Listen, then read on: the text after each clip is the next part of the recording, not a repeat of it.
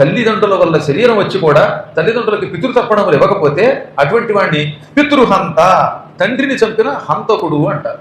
హంత అంటే చంపినవాడు. తండ్రిని చంపిన మహాపాపం ఇటువంటి దుర్మార్గులు పొందుతారు.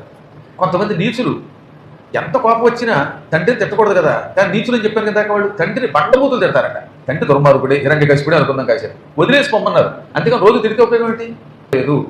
ఇప్పుడు నాకు పశ్చాత్తాపం కలిగింది, ప్రాయశ్చిత్తం ఏమిటి అని వాడు అనుకుంటే దానికి ప్రాయశ్చిత్తం ఏమిటనమాట, ఏకాదశి, ద్వాదశి, త్రయోదశి, చతుర్దశి అమావాస్య రోజులలో తల్లిదండ్రులు బ్రతికి ఉంటే కేవలం నీళ్లతోటే 3 పూట్ల తర్పణాలు ఇవ్వాలి.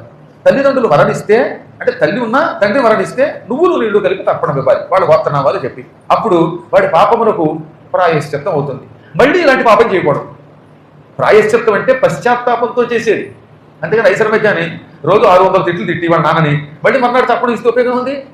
ఒకసారి నేను అపరాధం చేశాను, చెయ్యను, క్షమించండి అన్నాక ఇంకా అపరాధం చేయకూడదు.